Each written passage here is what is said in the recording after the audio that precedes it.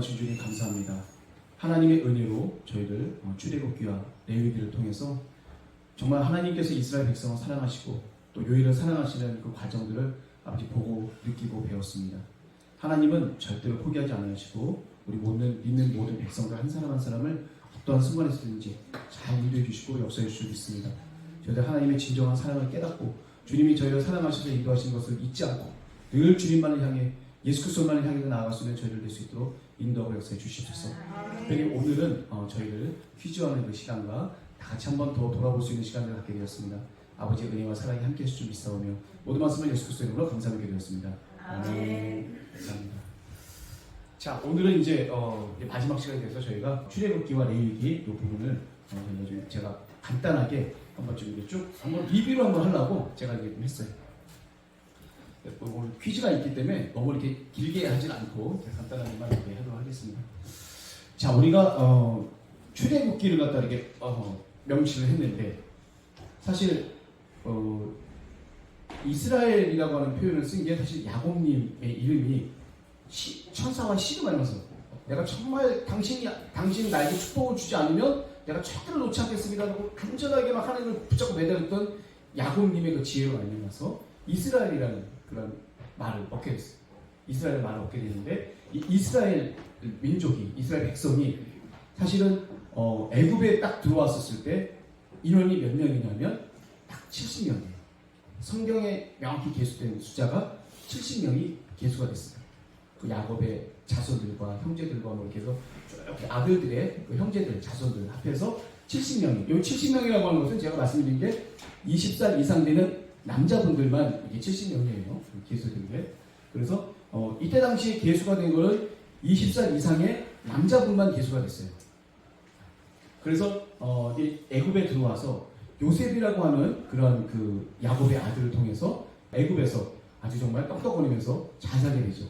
모든 그 애굽에 있는 바로왕이 요셉을 통해서 우리 야곱에 있는 우리 백성들을 갖다가 잘 이렇게 먹여주고 살려주고 거기에 특별히 라암셋 2세의 그 이름을 따서 만든 아주 비옥한 토지의 좋은 도시를 그분들에게 선사하게 됩니다. 거기가 바로 라암셋이에요. 여기 저쪽이 라암셋. 여기 라암셋, 여기 고센 지역, 그러니까 애굽의 북쪽 지역에 있는 이 고센 지역의 라암셋이라고 하는 도시에서 아주 좋은 환경 속에서 잘 생활하게 되죠. 그러다 보니 이제 그 요셉을 갖다가 인정해서 요셉을 갖다가 총리를 세우신 그 바로 왕이 힉소스 왕조라고 제가 말씀을 드렸는데 어디냐면 이 원래 애굽에서 있던 왕이 아니라 타 지역 사람이에요. 어디냐면 우리 아브라함님이 계셨던 갈대아우 메소포타미아 저 위쪽 북쪽 지역이죠. 그 메소포타미아 지역에서 나와서 이 애굽이라는 나라를 갖다가 북쪽 지방을 갖다가 차지했던 그 힉소스 왕조가 사실은 우리 요셉을 만나서 이 애굽에 있는 이 백성들을 더 잘 다스리게 되는 좋은 계기가 되겠죠. 그 왜 7년 동안은 흉년, 7년 동안은 풍년, 7년은 흉년, 풍년일 때 곡식을 많이 거둬들였고 이 곡식으로 이제 이 애굽에 있는 백성들을 다 다스리게 됩니다. 그래서 본의 아니게 하나님께서 잘 엮어주셔서 타 지역에 있는 그 사람이 와서 이 애굽을 점령해서 왕이 된 그 왕이 이제 우리 그 야곱에 있는 그 모든 그 식구들을 갖다가 잘 다스려주고 통치해줬는데 그 왕이 죽었어요. 그리고 그 왕이 죽고 나서 바로가 죽고 나서 그 사람들이 이제 다 쫓겨나갔죠 이제. 이러면 이제 원래 애굽에 있던 한 사람이 또 바로 왕이 되고 왕이 선정이 돼서 18조 왕이니까 18조. 그 18조 왕 거기에 보게 되면 거기에 첫 번째 왕이 티모스라고 하는 그 왕이 있어요. 네, 그 왕이 있는데 이 왕의 일세가 누구냐 하면 모세님을 구한 그 바로의 공주 있잖아요. 핫셉수트라고 하는 그 공주가 있는데 공주의 아버지고 공주의 남편이 2세 그리고 공주의 아들이 이제 애굽의 그 바로 그 18조 왕조의 3세인데 이 3세하고 모세님하고 같이 이제 자라게 되는 거죠. 예, 그 대략적인 그런 내용들을 제가 말씀 한번 드렸고요. 그래서 이스라엘 백성이 아주 크게 번성을 하게 돼요. 새로운 왕이 이제 들어왔는데 이스라엘 민족이 크게 번성을 하다 보니까 무서운 거예요. 왜 무섭냐면 다른 지역에 있는 사람들이 와서 침범을 했었을 때 이 이스라엘 민족하고 같이 연합을 해갖고 애굽을 완전히 먹어버리게 되면 굉장히 위험한 상황이 되다 보니까 두려운 마음으로 이제 이스라엘 백성들을 갖다가 이제 많이 힘들게 하죠. 심한 노역으로 고난을 주고 힘들게 합니다. 그러다 보니까 그 고통의 그 소리를 하나님께 들으셔서 이제 어떻게 되냐면 이제 모세님을 하나님께서 이제 부르시게 되는 거죠. 시내 산에 있는 그 떨기나무 굵고 어떻게 만나게 되냐? 모세님이 이제 백성을 돌아올 수 있는 그런 상황 마음을 주셔서 애굽 사람과 히브리 사람이 싸웠는데 모세님이 애굽 사람을 죽여요. 히브리 사람과 싸우는 애굽. 그러다 보니까 그것이 발각이 돼갖고 어디로 돌아가면 미디안이라는 땅으로 가게 되는데 거기에 있는 우리 시내산에 있는 그 떨기나무 불꽃을 갖다가 이제 모세님이 가게 돼서 하나님이 그것을 부르시죠. 그래서 내가 이제 이스라엘을 애굽에서 탈출시키고 출애굽을 시켜줘서 이제 가나안의 적각불이 흐르는 가나안 땅으로 인도하겠다라고 하나님께서 말씀을 하셨는데 그러면 이제 모세님이 아멘 감사합니다. 너무 감사합니다. 저희 민족을 이렇게 끌어주시니까 너무 감사합니다 하면 좋은데 모세님은 사실 그걸 지금 못했어요. 그래서 하나님 앞에 부정하게 돼요. 5번은 부정하게 돼요.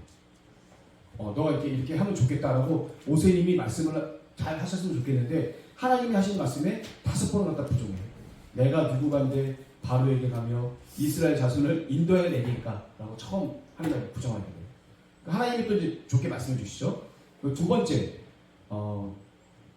너희 조상의 하나님이 나를 너희에게 보내셨다면 그들이 내게 부르기를 그의 이름이 무엇이냐 하리니 내가 무엇이라고 그들에게 말하겠습니까? 여호와 하나님을 모르는데 내가 여호와 하나님이라고 얘기하기를 우리 백성이 어떻게 알겠습니까? 그래서 나는 스스로 있는 자다 라고 이렇게 가서 말해주려고 하나님께서 말씀해 주시죠. 그 다음에 이제 세 번째 있어요. 그들이 나를 믿지도 않고 여호와께서 나에게 오지도 않았다라고 그들이 말할 텐데 나 어떻게 하면 되겠습니까? 라고 했더니 하나님께서 그때 뭐를 하시게 되죠? 3가지 능력을 모세님에게 주게 됩니다. 이 3가지 갖고 가면 그들이 반드시 다 믿게 된다. 그래서 3가지가 뭐예요?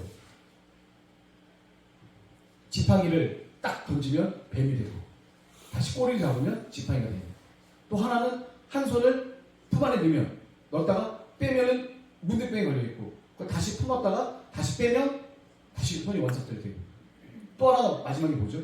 이거 2개를 갖다 했는데 만약에 안 믿는다. 그러면 이걸 한번 보여줘라 할 때 그 이거가 뭐냐면 하수에 가서 떠서 땅에다가 버리면 그게 바로 피가 돼요. 맑은 물이 피로 변하는 그 능력을 모세님에게 주게 됩니다. 이 3가지를 갖고 있는 모세님이 가져가시게 되는데 그렇게 해서도 사실은 모세님이 대답을 정확히 못해요. 그 4번째 뭐라고 하면 나는 본래 말에 능치 못합니다. 그러니 나는 입이 뻣뻣하고 혀가 둔한 자여서 그들을 이해를 시킬 수가 없습니다. 라고 모세님이 또 얘기를 하시게 됩니다. 그러면 뭐라고 하세요? 내가 내 입과 함께 있어서 할 말을 너에게 가르치겠다. 결국은 아론이라고 하는 너의 형 아론을 내가 붙여서 그 사람은 말을 잘하기 때문에 그들 가서 잘할 거다. 그럼 너와 아론 두 형제가 가서 그들을 전하라 말씀을. 그런데 결국 뭐라고 하냐면 주여 보낼 만한 자를 보내소서. 나는 안 되니까 다른 사람 선택해서 다른 사람을 하게 해달라고 했었을 때 하나님이 진노를 하게 되시죠. 그래서 결국 모세님이 그 말씀에 순종을 해서 이제 가게 됩니다.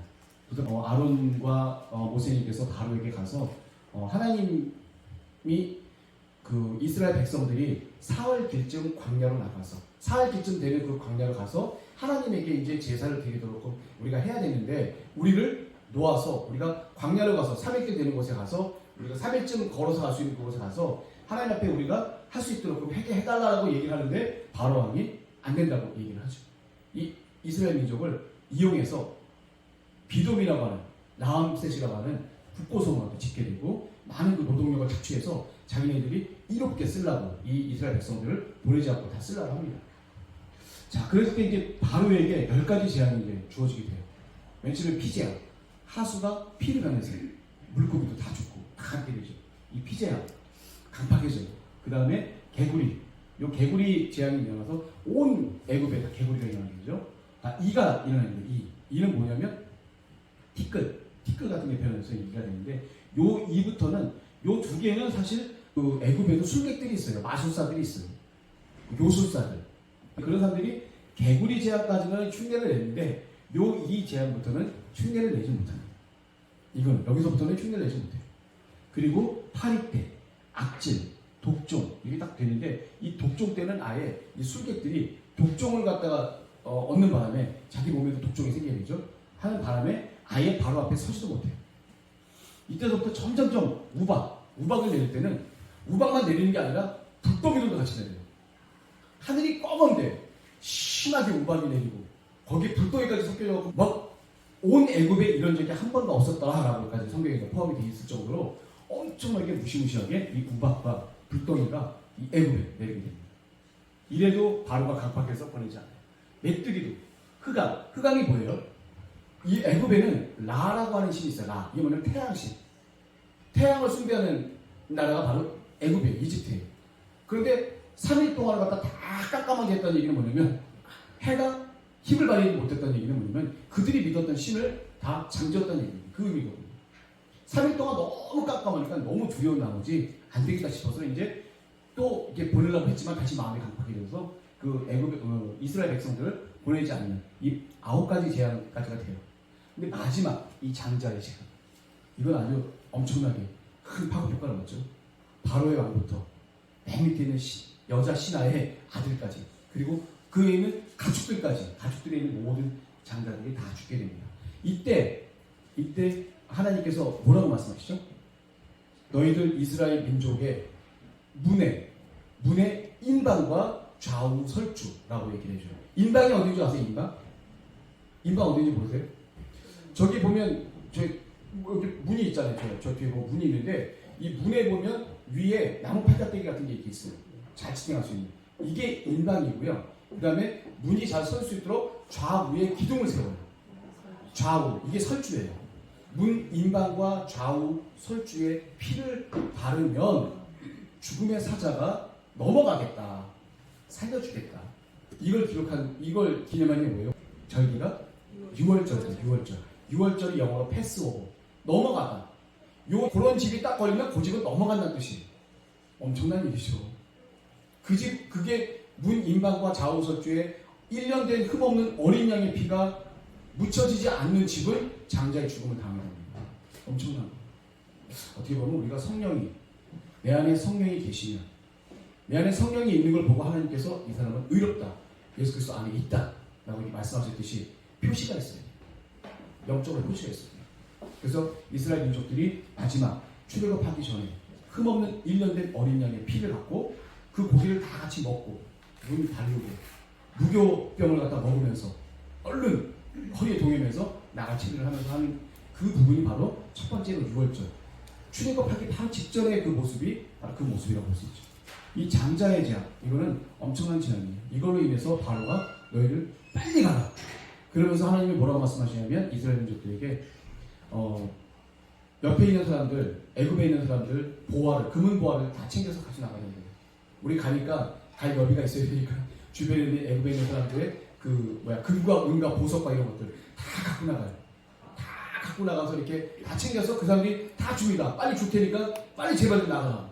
니네들 때문에 우리 애굽이 아주 망해 잡아 죽겠다. 빨리빨리 나가라고 옆에 있는 애굽 사람들이 다 금은보화를 주면서 나가게 됩니다. 근데 그 금은보화가 나중에 어디 쓰이죠?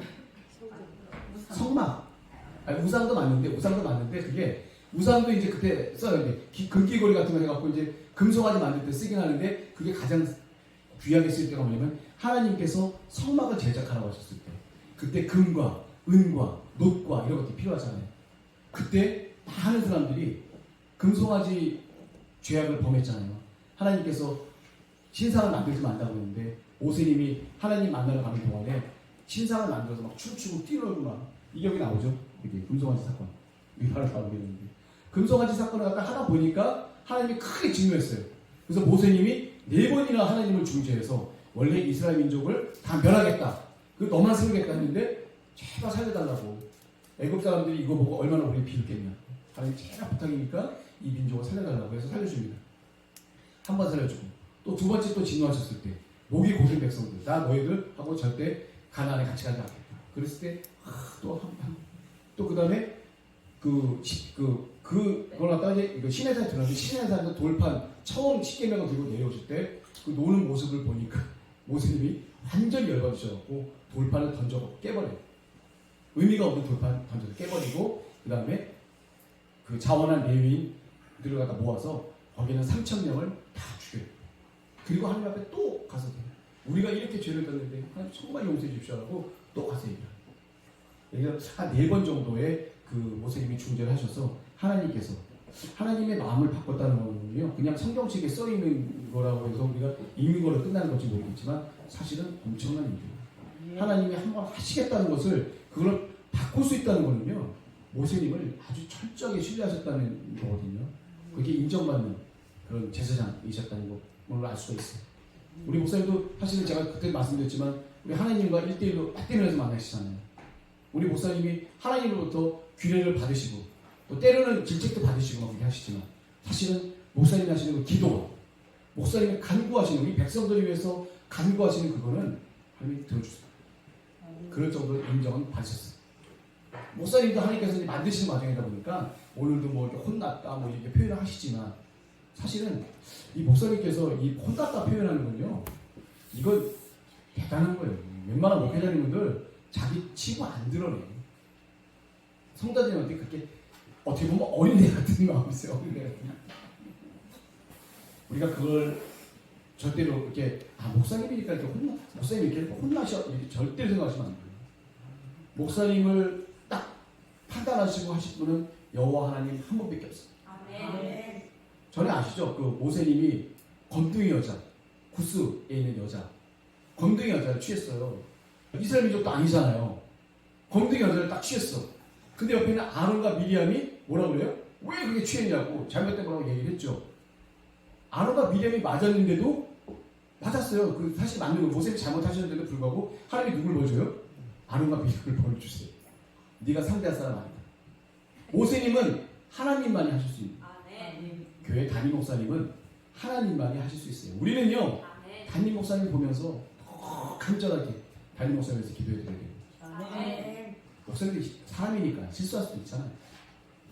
그걸 셈, 함, 야벳 할 때 함이 어떻게 했어요? 아버지 벌거벗은 모습 보고 가서 이렇게 얘기한 거. 하나님이 함 유래 내내로 그 집안을 갖다가 저주하셨어요. 하나님께서. 절대로 우리가 하나님이 사랑하신 분, 하나님이 세우신 분, 이거를 굉장히 귀중하게 여기셔야 돼요. 아멘. 성경에서 이렇게 귀중하게 여기신 분이 누가 있죠? 대표적인 분 누가 있죠? 성경에서 하나님의 것이라고 하면 최고야. 다윗. 하나님이 버리신 사울 왕조차도 하나님 버리셨어요? 그 마음대로 되잖아요. 아니요. 참. 사울 왕을 위해서 누가 어떠한 청년이 왔는데 자기가 사울 왕을 죽였다고 와서 또 다윗 왕한테 또 자랑했어. 나 좀 써달라고. 가만 안 뒀어요. 그냥 죽여버렸어요. 그 다음에. 어디 네가 감히 하나님께서 직접 기름 부은 사람을 함부로 네가 몸에 대느냐. 그럴 수가 없다. 다윗 왕은요, 사울 왕을 갖다가 2번 죽일 수 있는 상황이 됐어요. 그러면서도 외쳐요. 내가 2번 죽일 수도 있었지만 죽이지 않냐고 난 이렇게 갑니다라고 이렇게 다윗 왕은 얘기를 하면서 가신다고. 왜 못했을까요?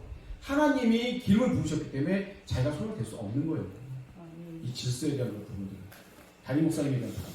또 모세님이 하나님한테 인정받으셔도 되는데 우리 담임 목사님도 하나님께 인정했다는 이런 부분들을 제가 오늘 다시 한번 말씀드립니다. 목사님에 대한 어떤 부분도 우리가 조금이라도 판단하시면 안 돼요. 아멘.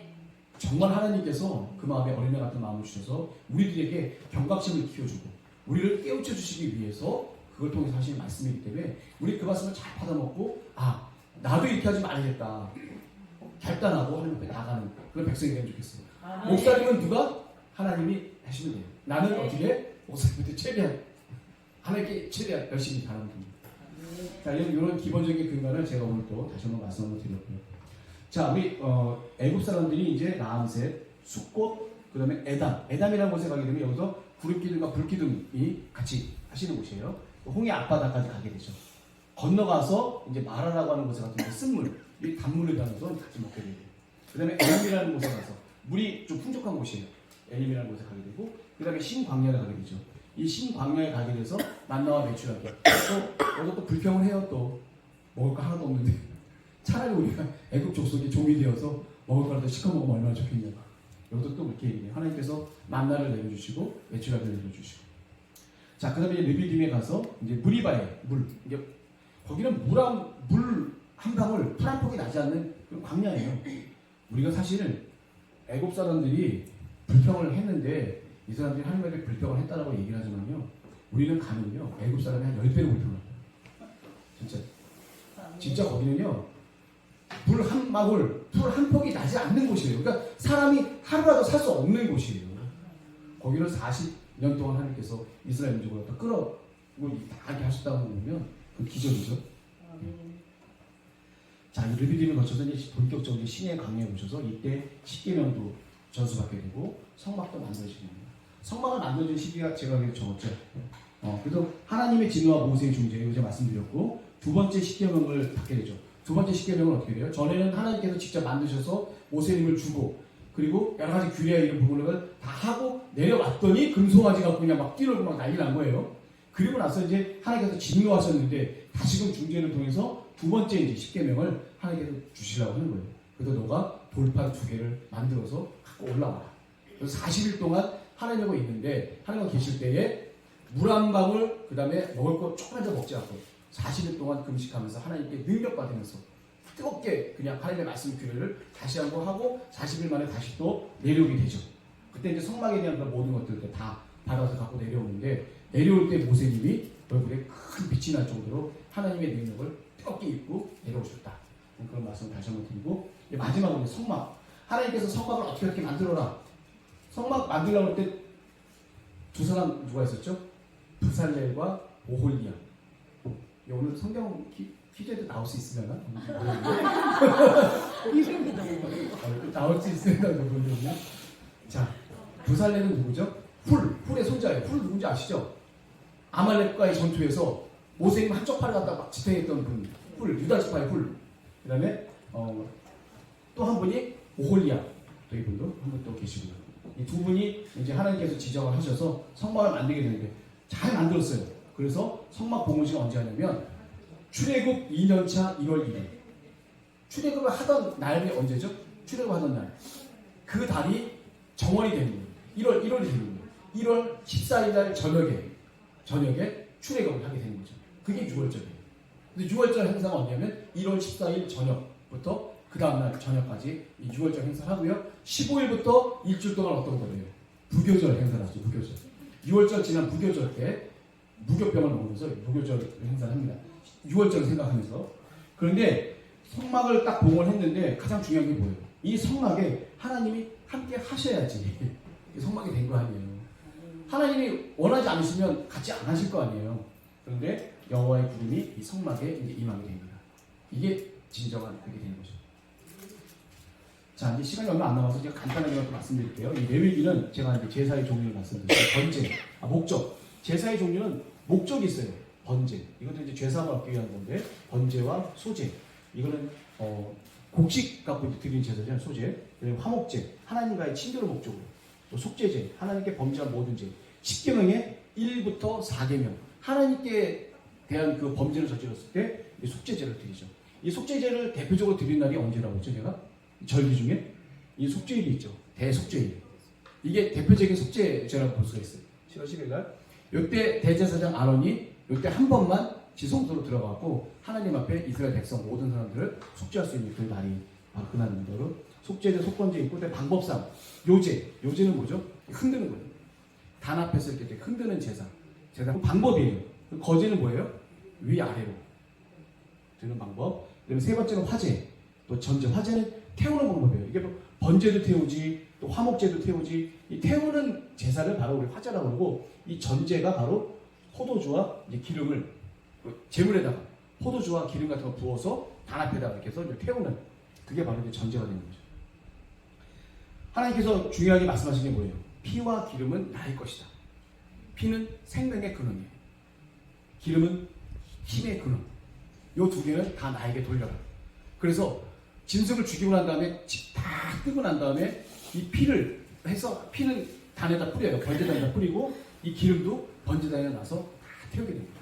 그 냄새를 하나님께서 맡으셔서 그 사람의 마음을 보시고 연락 받으시는 거예요. 기쁨을 받으시는 하나님께서. 그래서 이 피와 기름은 절대로 먹지 말라고 말씀을 하시죠. 자, 그 다음에 제사장 위임식이 7일간에 있었고요. 아론의 첫 희생제사가 속죄제와 번제와 화목제 이걸 다 드리고 난 다음에 그 다음에 어떤 일이 벌어져요? 중요한 일이 벌어지죠. 나답과 아비후 사건. 그 아론의 제사장의 아들들만 제사장을 하도록 했어요. 레위 지파 사람들이 많이 있지만 레위 지파 사람들 중에서 아론의 그 아들들만 제사장을 맡도록 하나님께서 임명을 해주셨어요. 아론의 네 아들이 누구죠? 여기는 나답과 아비후, 엘리에셀, 그 다음에 이다말, 네 명. 네, 이 이다말 이게 네 명인데, 여기서 이제 나답과 아비후가 이제 죽는 사건이 벌어져요. 이게 왜 이렇게 죽게 되냐면, 아까 제가 말씀드린 전제를 갖다 드리고 난 뒤에 포도주나 독주가 이제 남아 있는데, 그거를 나답과 아비후가 그 술을 먹게 돼요. 그래서 취해서 그 주변에 있는 그 원래 그 여기는 번제단이 있고 성막으로 들어가게 되면 어떤 게 있어요? 분향단이 있죠. 향을 태우는 분향단이 있어요. 그 분향단에 쓰이는 그 불은 반드시 정한 불이어야 되고 하나님이 원하시는 불을 넣어야 되는데 앞에 있는 번제단 있잖아요. 번제단 중에서 수술 택해서 그 안에 들어가야 되는데 옆에 있는 다른 불들을 갖다 갖고 들어가는 바람에 잘못 들어간 거죠. 그래서 나답과 아비후가 죽임을 당해요. 생각 한번 해보세요. 제사장으로 위임이 됐어. 그래 하루 그 다음날에 아론께서 대제사장으로서 속죄제와 번제 화목제를 드렸어. 이제 막 시작할 그 다음에 나답과 아비후가 바로 독주를 마시고 그런 실수를 저지른 바람에 하나님께서 죽음으로 징벌하셨어요. 이스라엘 민족들은 굉장한 충격에 빠졌죠. 그리고 아들 둘을 잃은 아론조차도 굉장히 사실은 큰 충격이에요. 부모가 자식을 잃었다고 한다면 그만큼 더 큰 게 어디 있어요. 그래도 하나님께서는 아론의 제사장에게 머리를 풀지 말아주세요. 원래 이스라엘 민족의 그 풍습이 뭐냐면 머리를 풀고 곡을 하고 슬픔을 애도하고 그게 이제 장례식의 한 부분이에요. 자기 아들이 죽었으니까 그걸 해야 되는데 그걸 못하고 친척들이 그 시체를 데리고 나가서 다른 곳에 가서 죄를 저질렀으니까 다른 곳에 가서 그 장례를 치르고 복하고 힘들어했던 아론과 그 두 아들 엘리에셀과 그 다음에 이다말 이렇게 이 세 사람들은 하나님께 드려졌던 사람들이기 때문에 자기 그 친가족의 죽음조차도 가서 장례를 할 수가 없어요. 하나님께 드려진 사람은 가장 먼저가 우선이 뭐예요? 하나님의 것을 먼저 사명을 감당을 해야 됩니다. 예수님께서 신약에 그러시잖아요. 죽은 자들이 죽은 자들 장사하게 하고 너는 나를 따라라. 예수님이 말씀하셨잖아요. 이 비인간적이 아니에요. 그 생명은 하나님께 맡기라는 얘기예요. 하나님께 맡기고 너는 나를 따라. 나를 했었을 때 모세 말씀하셔요. 너희들이 축복을 받는다면 너희들이 가족을 챙기는 것보다 그 가족 하나님께 맡기고 너는 내일 죽기 살기를 한다면 하나님이 뒤에 것을 다 봐주신다 라고 모세님이 말씀하셨듯이 여기 계신 분들도 어떻게 보게 되면 하나님께 드려진 분들이에요. 우리는 이제 다 각자가 제사장이죠. 예수 그리스도께서 십자가 달리시고 일어난 다음부터는 성령이 임하는 모든 분들에게는 어떻게 보면 제사장이라고 볼 수가 있죠. 제사장만이 지성소로 들어갈 수 있는데 내 몸 자체가 이제 지성소가 됐어. 성령께서 임하셨기 때문에 내 몸 자체가 지성소가 됐기 때문에 내 자체가 대제사장이라고 볼 수가 있어요. 내 스스로가 대제사장의 임무를 수행할 수 있는 그런 부분이 되는 거죠. 하나님 앞에 성령 받으신 분들은 하나님 앞에 드려진 제사장들이라고 볼 수가 있어요. 그렇게 말을 안 할 뿐이지만 분명히 그 역할은 똑같잖아요. 아론이 했던 역할이 뭐예요? 딱 1년에 한 번 지성소 하나님이 임하시는 곳에 들어가서 죄를 사함 얻도록 제사를 드리는 건데 내 안에 항상 성령께서 계신다고 한다면 하나님이 항상 계신 건데 내가 대제사장의 역할을 동시에 수행하고 있는 거나 다름이 없습니다. 그걸 분명히 아셔야 됩니다. 좀 있습니다.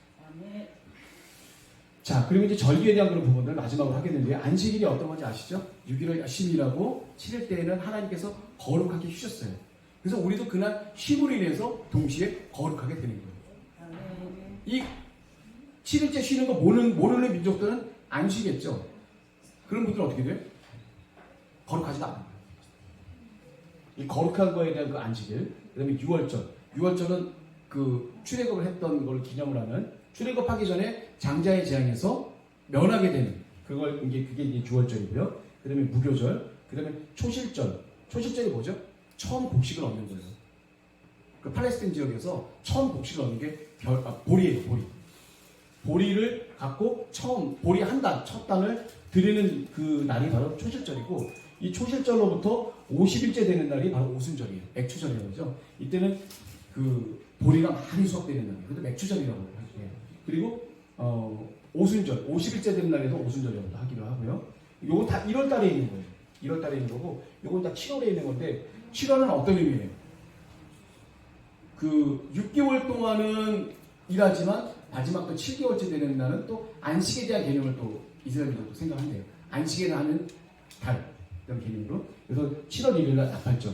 사실은 속죄일을 알리는 큰 나팔을 부는 게 이게 나팔절인데요. 이 나팔절이 7월 1일 날 안식하는 그 달의 개념과 또 속죄일을 알리는 그 기념을 해서 우리가 나팔 전국에 이스라엘 전국에 크게 나팔을 갖다 부는 날이 바로 이게 나팔절입니다. 그 다음에 이제 속죄일이에요. 이스라엘 민족 중에서 가장 중요하고 가장 큰 그 날이 바로 이 속죄일이죠.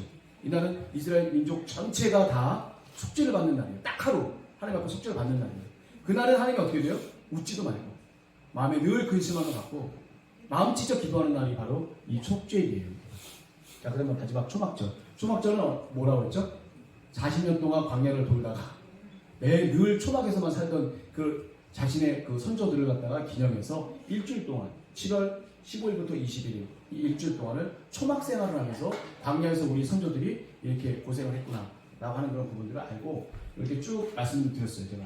그래서 일단 출애굽기에 대한 그런 내용과 레위기에 대한 그런 내용들을 갖다 제가 구체적으로 이렇게 좀 말씀을 드리면서 결론을 맺어본다면 하나님께서는 일방적으로 이스라엘 민족을 많이 사랑하셨어요.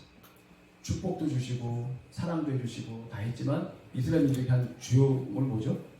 불평을 많이 했어요. 불평을 많이 하고 죄를 짓고 이게 현재 우리의 모습이라고 사실은 볼 수가 있어요. 우리의 모습이 항상 죄를 짓고 늘 불평하고 늘 다투고 그런데 내 안에 계신 성령께서 나에게 임하신 여호와 하나님께서 내 마음을 주장하셔서 회개하게 하기도 하고 화해하기도 하고 다시 한번 하나님 앞에 기도하게 하기도 이런 모든 역사가 이때는 한 사람들에 의해서 이루어졌지만 지금은 내 개인에게 주어지고 있다라고 하는 그런 부분들을 자식이 아주고요. 내 안에 여호와 하나님이 계신 거예요. 성령이 오셔서 그 성령께서 나에게 인도하시는 대로 내가 이런 제사를 드리면서 이런 모든 절기를 내 안에서 지금 드리고 있는 거예요. 어떻게 보면 우리는 오늘도 말씀하시잖아요. 부활절 한 주 땡겼어요. 우리 마음의 부활절이 어떤 거라는 의미를 분명히 알고 있기 때문에 시기나 이런 모든 것들도 인간적으로 뭐 중요할 수도 있겠죠. 하지만 더 중요한 거는 부활절 때 드리는 부활에 대한 감사함. 그런 모든 것들이 하나님께 완전히 연락이 돼야 되는 그런 부분들인데 그게 더 중요하다고 말씀하시면서 시기와 이 모든 것들을 좀 수정하셨던 그런 부분이 있다는 얘기죠. 그 본질적인 게 더 중요해요. 본질적인 거. 그래서 그 본질적인 그런 부분들을 우리가 더 생각을 하면서 어떤 그런 세상적인 거에 너무 얽매이다 보게 되면 우리가 그 얽매임으로 인해서 본의 아니게 쓸데없는 죄를 많이 짓게 되는 부분이 있어요. 너무 그거에 얽매이지 마시고 본질이 뭐냐. 내가 정말 내 마음 가운데 있는 본질이 과연 뭐냐. 제가 두 노인 말씀드렸잖아요. 첫 번째 우리 예핌이라는 노인은 말씀과 규례와 법도들을 다 했지만 두 번째 엘리스의 노인은 어땠어요? 아예 거기 가지도 못했어. 예수님이 있는 그 장소에 가지도 못했지만 예수님이 더 기뻐하는 모습으로 자신의 마음을 드렸던 그런 노인을 더 하나님이 기뻐하셨던 것처럼 우리는 형식적인 게 너무나도 중요하지만 그 안에 있는 내 마음의 본질이 과연 하나님께 연락이 되는 거냐. 그거는 나와 여호와 하나님만이 알 수 있는 거예요. 그래서 우리는 기도하는 일에 말씀 있는 일에 전무하면서 목사님 주시는 말씀을 잘 듣고 그 말씀에 따라서 몸부림치는 것밖에 없죠. 몸부림치는 것밖에. 그게 예수 그리스도 안에 있는 우리들의 모습입니다. 할 수 있는 건 그밖에 없어요. 우리가 완벽히 할 수 있는 건 없어요. 그냥 예수님의 형상을 닮아가고자 몸부림치면서 오늘도 다투지 말라고 했으니까 열받아 죽겠는데 한 바닥 붙어가고 그냥 작살 내고 싶은데 못하고 거기서 막 뒤돌아서 그냥 심지어는 저 사람 보면 내가 싸울 것 같으니까 그 자리 피해서라도 내가 몸부림치면서 결국 하나님 내가 화내지 않고 그 가운데서 한번 승리하게 해주신 거 너무나도 감사합니다. 하루 그렇게 보내고 나면 하루 예수 그리스도 안에서 성공하게 해주신 거죠. 그렇게 몸부림치는 모습을 보면 하나님께서 좀 대견하지 않으실까요? 불쌍히 여기지 않으실까요? 우리 국민함은 없는 하나님 앞에 그냥 할 수 있는 건 없지만 하나님께 국민함은 없는 우리의 모습이 돼야 하나님 앞에 인정받을 수 있고 그 분이 바로 예수 그리스도 안에 있어서 정죄받지 않는 분들이 바로 그런 분입니다. 내 안에 성령이 있으시기 때문에 성령께서 내 마음을 끝없이 주장하셔서 이따 보는데 어느 성도가 어떤 분이 너무 뭐가 필요하다고 그래요. 그런가 보다가 넘어갔는데 가만히 생각해보고 막 기도하는데 그 말이 자꾸 생각이 나 그냥. 아유 생각 안 났으면 좋겠는데 돈 들어가는데 자꾸 생각이 나. 그럼 어떻게 돼요? 기도하다 보면 하나님께서 내 마음에 아 이거 좀 필요한가 보구나. 내가 좀 이렇게 해야겠다. 오늘 목사님 말씀하시잖아요. 이렇게 보게 되면 아 필요한 사람들 우리 형제들 안에 있으면 필요하신 분들이 이렇게 약간 아 이게 이분이 이렇게 필요하구나. 또 나에게 감동해 주시면 이렇게 좀 할 수 있는 이게 성령의 인도하시는지 내 마음은 아니잖아요. 성령께서 인도하시는 대로 기도하면서 성령이 하시는 그 말씀에 귀를 기울였으면 좋겠어요. 여긴 귀 기울일 그런 여지가 안 되니까 행위적으로 이렇게 막 가져가시는 부분이 있지만 우리는 귀를 기울일 수 있는 기회가 있죠. 그렇게 했으면 좋겠습니다. 말씀하겠습니다.